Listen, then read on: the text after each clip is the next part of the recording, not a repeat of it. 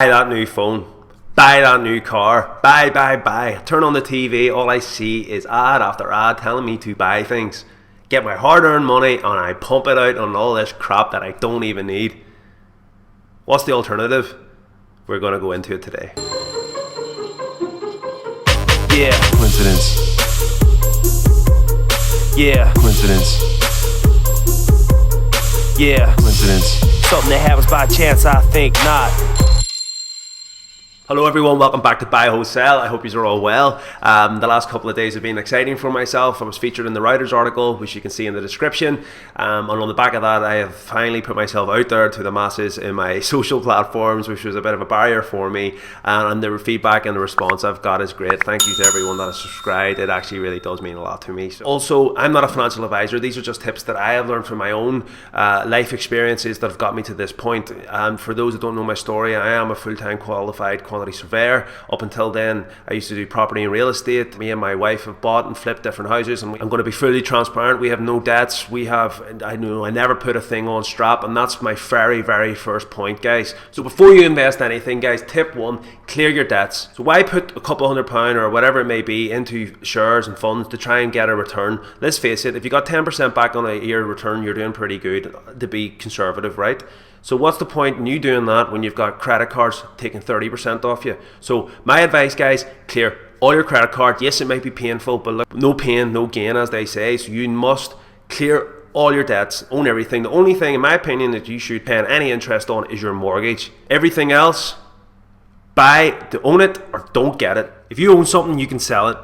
eBay is your best friend. It's the exact same as the stock market in many ways. I have transferred my skills to the stock market that I've gained from eBay. You buy low, you sell high. Every year I go on and I sell my old phone and then I buy the new phone. It doesn't cost as much as you think, guys. It's only the difference. Don't forget it. If you've kept your phone in mint condition and you sell it at the high and you buy the new one at the low, you're not paying too much of a difference. And trust me when I say this, when you compare it to what you would be paying if you went into a phone shop, it is considerably less, at least 50% less, possibly even 60 to 70% less than what you would be paying on average monthly to these guys. Don't pay the corporations this interest, guys. It's the same for PlayStation games. I like to play the PlayStation. I bid and I buy on the lowest PlayStation game I can get, and then I resell it, guys. Generally speaking, I play PlayStation games for $1. It doesn't cost me a thing because I am buying and I'm selling at the right times. Transfer these skills to the stock market. Guys, I'm dropping knowledge on you. I'm getting fired up here with this. Second tip, guys, get your wage in. This is something I have done all the time. I go onto my glorious Excel spreadsheet. Very simple, guys. If you don't know how to use Excel, give me the feedback and maybe do a bit of a tutorial on that, but it's very basic. Top line figure, X amount. Say for talk's sake I get £1,000 a month in. I will then divvy it out on my bills.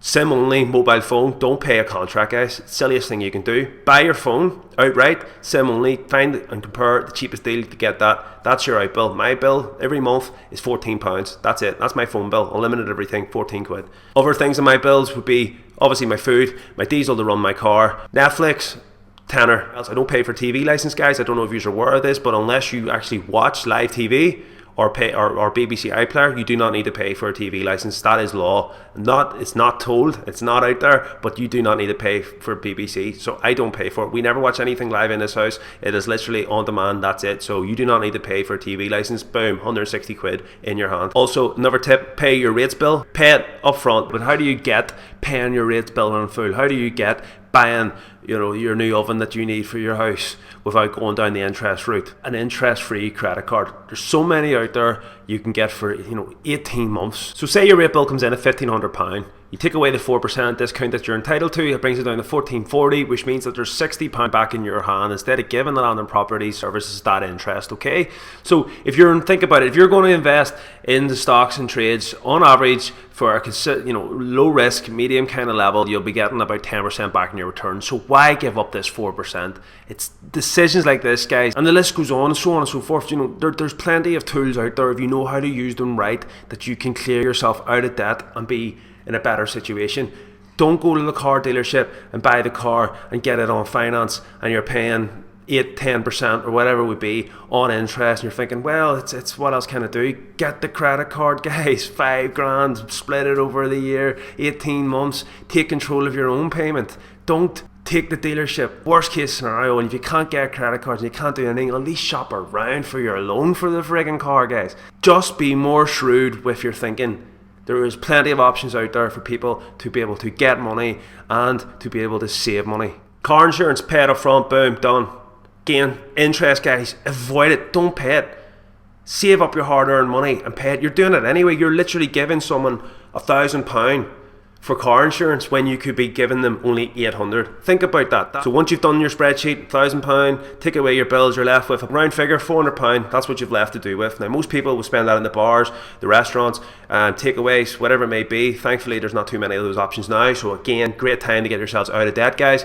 But don't be tempted to buy the new handbag. Don't be tempted to buy the new phone. You know, do you need these things? Are you getting yourselves into debt to get these things? Don't do it. And it can be done. It just takes a lot of graft. Like when I first met my wife, Rachel, God love her, she did not have sort of this awareness. And she'll admit that herself. She had credit cards, she had everything on finance, she had mobile phone deals, she had all the things that generally most people have. And there's no harm in that. That is the way society is set up. You're made to believe that you need to buy these things. You can go interest free, or you can do it for £30 a month instead of paying £700. It's just more attractive, things like this. But it's the system. It's reeling you in. It's getting you. There is better ways to take control of your finance. Just because you're in the hole doesn't mean that you can't get out of it. And it takes baby steps and it's hard, but work out what can you save, what can you put away, what can you reduce, how else can I get myself out of this? If you take advantage of all these different tools and options that are out there, feel free to message me if there's anything there I can provide you with. The list really does go on of ways of being able to get yourself out of debt and invest in yourself. Which brings me to point 3, invest in yourself, learn new skills, develop new skills. I'm just not talking about going to night school and doing a course in photography. I am talking about things around your house. If, for example, if you're going to get a house painted, you want to change your room, and you would go, oh, but I wouldn't have the time to paint, or I don't know how to paint. Learn those skills, develop it. It's not rocket science. If somebody else can do it, why the hell can't you? So I have learned how to put wooden floors down. I have literally learned how to gut out houses and do most of the work myself.